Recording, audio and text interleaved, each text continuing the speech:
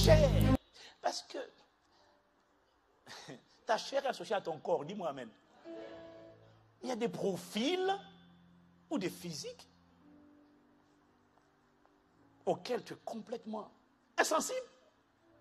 Il y en a où dès que tes yeux regardent, la vue dit miam, miam, miam, miam. Même quand tu es marié, la vue ne se soumet pas à la loi de Dieu. Elle ne le peut pas, elle n'en a rien à faire. Mariage, pas marié, je dis miam. Je dis, cher, tu t'es vu. Tais-toi, miam, miam. Ça, c'est la vue. La vue n'en a rien à faire. Louis n'en a rien à faire. Même quand tu dis, il ment, Louis dit, laisse-moi entendre ça encore, miam. Continue encore, dis encore. Oh, t'es beau, j'ai bébé. Oh, dis encore. On te dit, le gars ment. Ton Louis te dit, écoute ça. Louis veut ça. Et quand Louis entend ça, Louis transforme le message autour de beaux yeux en passion, en impureté, en désir.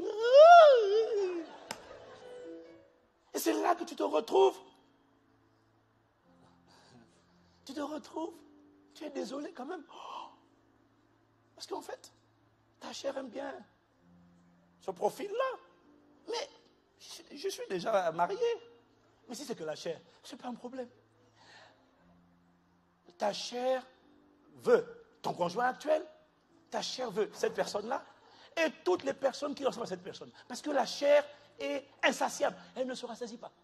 J'ai posé la question au Saint-Esprit parce que je voulais comprendre en fonction de mon expérience et des questions que je reçois, on me pose beaucoup par mail. J'ai demandé au Seigneur, explique-moi comment. Comment se fait-il que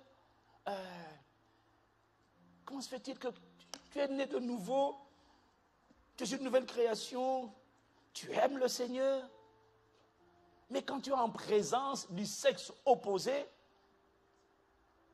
comment se fait-il que tu luttes? C'est-à-dire que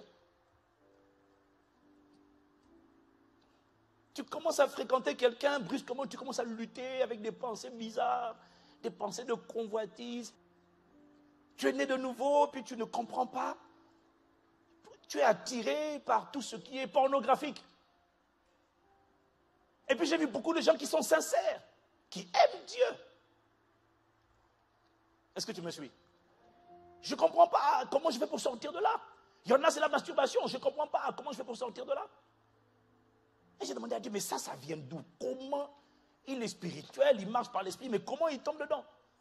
Il y en a qui passent à l'acte, il y en a qui passent par l'acte, mais tu sens que leurs pensées sont envahies. Toutes sortes de schémas. Et ce qui m'a fait comprendre, c'est que tu dois comprendre que si tu luttes avec ça aujourd'hui, ça veut dire... Alors, il y en a, quand ils luttent comme ça, ils ont chassé les esprits.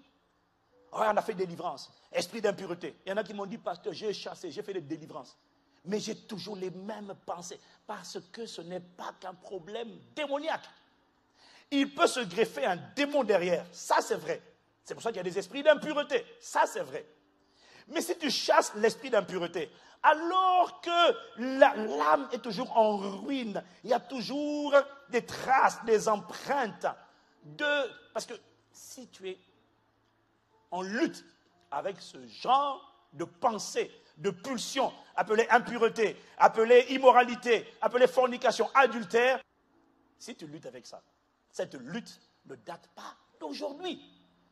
Ça veut dire que dans ton passé, tes 5 sens ont été exposés à ce genre d'environnement où la fornication était dans les mœurs, c'était pratiqué par tout le monde.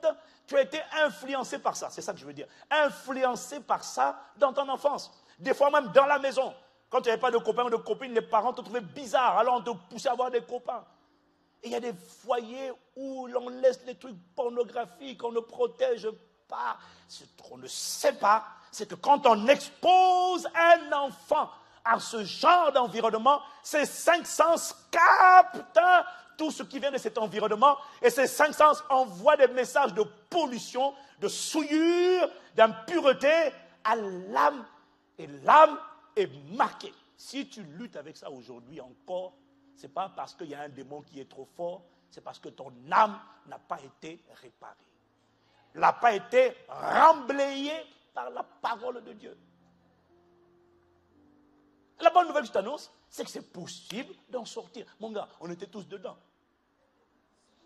Rappelle-toi qu'on m'appelait le tombeur. Rappelle-toi. Oui, parce qu'à l'époque, nous fûmes mignons. N'oublie pas. Il ne faut pas nous mépriser aujourd'hui. Un jour, tu prendras de l'âge, toi aussi, jeune homme. Est-ce que quelqu'un me suit?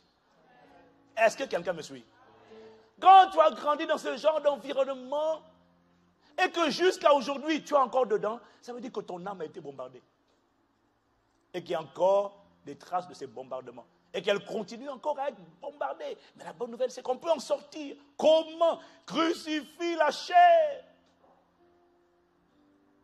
Tu demandes comment crucifier la chair. Mais crucifie la chair, prends de la distance. Dis-moi amen. La question que je te pose, c'est est-ce que tu as envie de crucifier ta chair? Parce que crucifier la chair, ça veut dire quoi? Ça veut dire priver les 5 sens de leur carburant. Moi, c'est comme ça qu'il me l'a expliqué. Ça veut dire, regarde, la vue ne transmet pas d'informations souillées à l'âme si les yeux ne voient pas de scènes complexes, impures. Dis-moi amen. Dis-moi amen. C'est ça, crucifier la chair. Tu empêches tes yeux de voir ce qu'ils ne doivent pas voir. L'ouïe ne peut pas polluer l'âme si l'oreille n'entend pas des informations qu'elle n'a pas à entendre. Le toucher ne peut pas polluer l'âme si la main ne touche pas ce qu'elle ne doit pas toucher. C'est pour ça qu'il faut arrêter de faire, on est fiancés en Christ, hein, alléluia. Il faut arrêter ça. Arrête de la caresser, de le caresser, arrêtez ça. Ouais, mais est-ce qu'on ne peut pas se faire des petits bisous sur la joue, se caresser? On ne peut pas. Ce corps est le temple du Saint-Esprit. C'est quoi ça? Tu vois Jésus, tu vois Marie de Magdala en train de caresser Jésus, je laisse Jésus te caresser. Non! Non, il faut arrêter ça. On a voulu rendre l'évangile moderne. Non! Dis-moi amen. Oui, tu vois quelqu'un de perdre son sourire, je vois ça. Oh, mais pasteur, là, c'est du légalisme. Non, c'est la parole de Dieu. Mais tu te mets, c'est toi-même qui trouble ton âme. Ce n'est pas Satan, c'est toi. Parce que tu ne crucifies pas ta chair. Tu lui donnes ce qu'elle a envie de, ce qui la rend fort. Crucifie-la. Écoute-moi, je vais te donner un secret. Comment on reste fidèle à sa femme quand on est marié? Tu veux le secret? Ah, donc tu avais dit que toi tu voulais.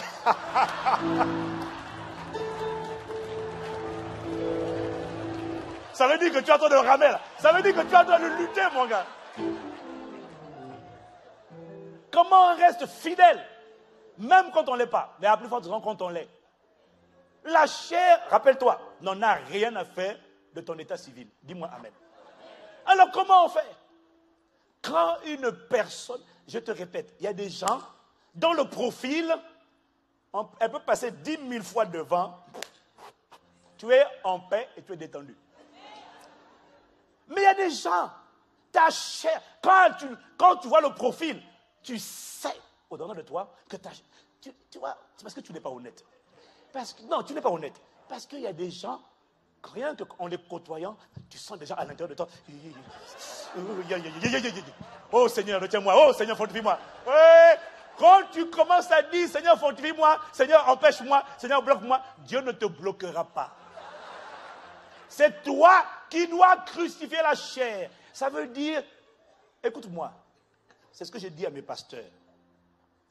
Quand une personne, physiquement, la chair te plaît, c'est la chair. Reste loin de cette personne. Parce que si ton âme Si tu parles avec elle tous les jours, on parle de tout et de rien. On fait la conversation, on fait la causette. Ça va? Mais qu'est-ce que tu aimes? Oh, qu'est-ce que tu aimes? Ah, ah. Tu sais quoi? Le quotidien rapproche des hommes. Ton âme va s'attacher à son âme. Et tu vas te retrouver excessivement attaché à une personne. Et en plus, c'est le genre de personne que j'aurais pu épouser si je n'avais pas épousé. Et là, tu comprends? Donc, et ta chair va te dire, épouse-les toutes alors, mon gars. Vive la polygamie. Alors, quand la Bible dit, fais de la femme de ta jeunesse l'objet de ta joie. Alors, ça veut dire quoi? Ça veut dire que quand ce n'est pas ta femme, ne passe pas trop de temps, ne sympathise pas trop, ne parle pas trop de certains sujets de conversation, parce que ton âme va s'attacher à son âme elle va s'attacher à ton âme à toi, et puis après vous êtes liés, c'est compliqué. Maintenant tu dis, je suis amoureuse. Tu es amoureuse de qui? D'abord, qui est amoureuse? Ton esprit n'est pas amoureux d'elle. C'est ta chair. Et ton âme. Crucifie, ça veut dire des fois, crée de la distance. Quand la présence d'une personne commence à te troubler, éloigne-toi de cette personne. Éloigne-toi jusqu'à... Et puis habitue ton âme, c'est l'éducation. Habitue ton âme à ne pas être en présence de cette personne. Parce que la chair va te dire, il faut juste un peu de conversation, juste côte à côte. Ça, c'est la chair. Écoute ce que dit l'esprit, tiens-toi éloigné et habitue ton âme à se tenir éloigné jusqu'à ce que ça ne fasse plus mal à l'âme d'être éloignée. Ça veut dire que là maintenant, ton âme est prête, elle est restaurée.